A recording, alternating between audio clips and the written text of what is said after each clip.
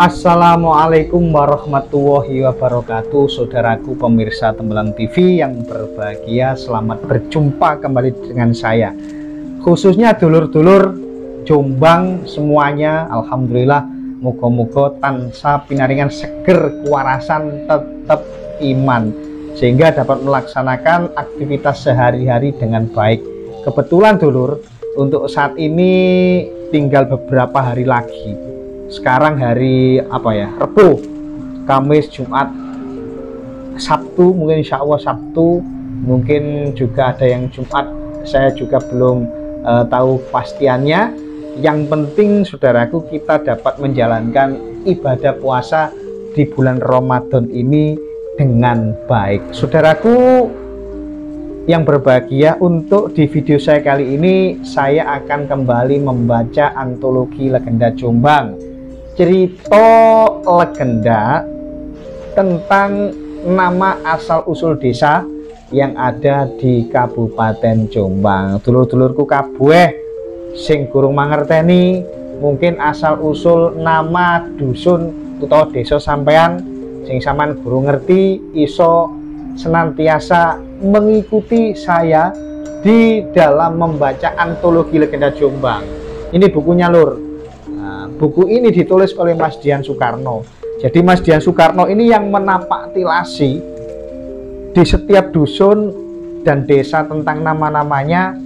Beliau yang menapak tilasi dan menulis buku ini, dan saya cuma sekedar membacanya saja. Tapi saya sudah izin kepada beliau, Mas Dian Soekarno, dan mudah-mudahan Mas Dian Soekarno senantiasa diparingi sehat, seger kewarasan, sehingga masih dapat melanjutkan aktivitas ya sebagai salah satu peduli sejarah Jombang yang uri-uri tentang legenda atau sejarah yang ada di kota Jombang. Ini salah satunya Mas Dian Soekarno. Terima kasih Mas Dian Soekarno, selamat menjalankan ibadah puasa. Mudah-mudahan kita semua dapat meraih derajat takwa. Terima kasih. Dulur-dulur, ayo kita mulai. Rek, ayo rek, moco legenda Jombang. Rek, ayo rek, moco legenda Jombang. Ayo rek, moco legenda Jombang. Bismillahirrahmanirrahim. Untuk membaca saya kali ini tentang asal usul nama Jombang, tapi versi Mongol. Sekali lagi versi Mongol atau versi Cina. Karena kemarin sudah saya bacakan, sebenarnya banyak sekali versi-versi terkait dengan nama asal usul Jombang, dulur. Cuma saya bacakan beberapa kali. Dan untuk yang saat ini adalah versi Mongol. Bismillahirrahmanirrahim. Sungai Brantas yang membelah bumi Jawa sebelah timur adalah jalur transportasi utama pada kurun waktu abad 10 hingga 15 Masehi. Lebarnya yang meliputi 15 kali Sungai Brantas sekarang, jadi lebarnya itu dikalikan 15. Kalau yang sekarang ya seperti itu. Ini di dekat saya ini memang Sungai Brantas seperti itu dikalikan 15. Berarti mungkin tempat saya ini dulu ya bekas Sungai Brantas juga. Semakin mengukuhkan negeri Nusantara sebagai kawasan maritim yang disegani. Apalagi poros transportasi darat masih berupa jalan-jalan setapak yang hanya dapat dilalui pasukan berkuda. Kalaupun ada yang menggunakan kereta atau dokar yang ditarik kuda, itu pun hanya dapat melintasi jalan-jalan tikus yang lebarnya tak seberapa. Alkisah potensi Sungai Brantas yang strategis itu telah dimanfaatkan kerajaan-kerajaan besar Nusantara sejak zaman Mataram kuno, dinasti Isana dengan rajanya Empu Sendok, kemudian Dharmawangsa Teguh, kemudian Airlangga, Daha atau Kerajaan Kediri, kemudian Singosari hingga Mojopahit. Rakyat sejak abad 10 Masehi menggunakan aliran Sungai Brantas sebagai urat nadi perekonomian. Mereka melakukan perdagangan antar para pedagang atau saudagar lintas benua Para pedagang dari Cina maupun Gujarat membawa sutra, porselen, dan permadani yang tidak diproduksi di tanah Pulau Jawa. Sebaliknya saudaraku, penduduk Jawa yang memperdagangkan kapuk randu, hasil bumi, dan rempah-rempah. Kedua belah pihak saling menghormati karena transaksi yang dilakukan sama-sama menguntungkan. Tentang kabar Jawa Dwipa yang subur makmur mendorong bangsa-bangsa asing mencoba melakukan invasi. Salah satunya saudaraku adalah bangsa Mongol yang dipimpin oleh Kaisar Kublai Khan. Mereka mengirim utusan bernama Mengki untuk menyuruh Raja Jawa takluk di bawah kekuasaan bangsa Mongol.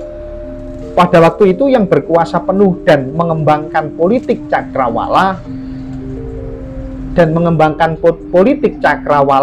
untuk menghadapi Mongol adalah Raja Kertanegara dari Singosari.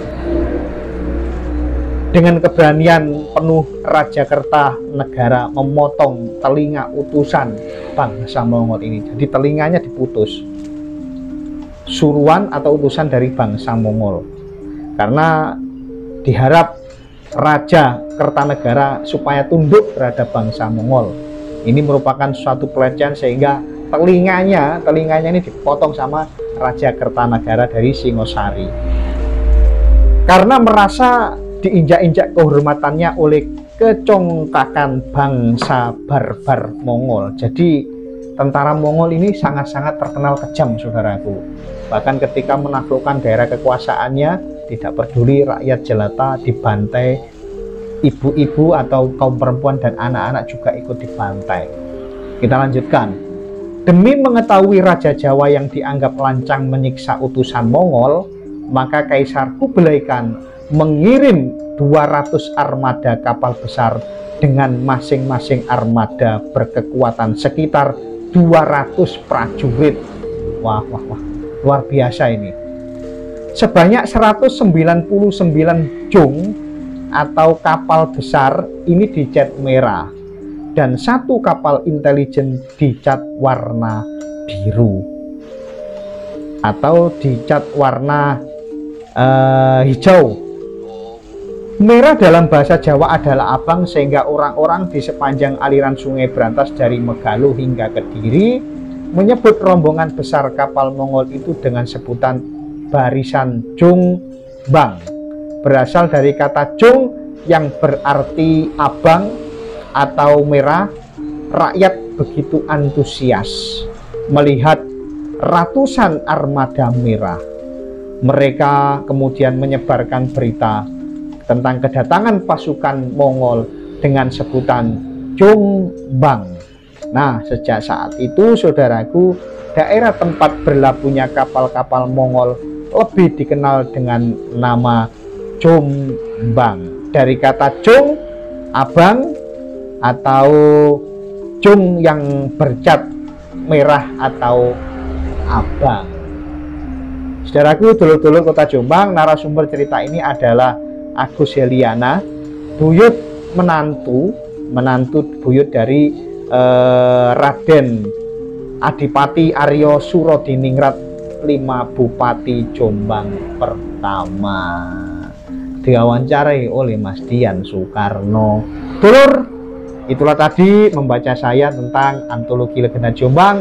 Moga-moga manfaat lur untuk mengisi waktu luang kita daripada tidak ada kegiatan kita, biar tahulah legenda asal usul nama dusun dan desa yang ada di Kabupaten Jombang. Terima kasih. Wallahul muwaffiq ila aqwamit thoriq. Wassalamualaikum warahmatullahi wabarakatuh.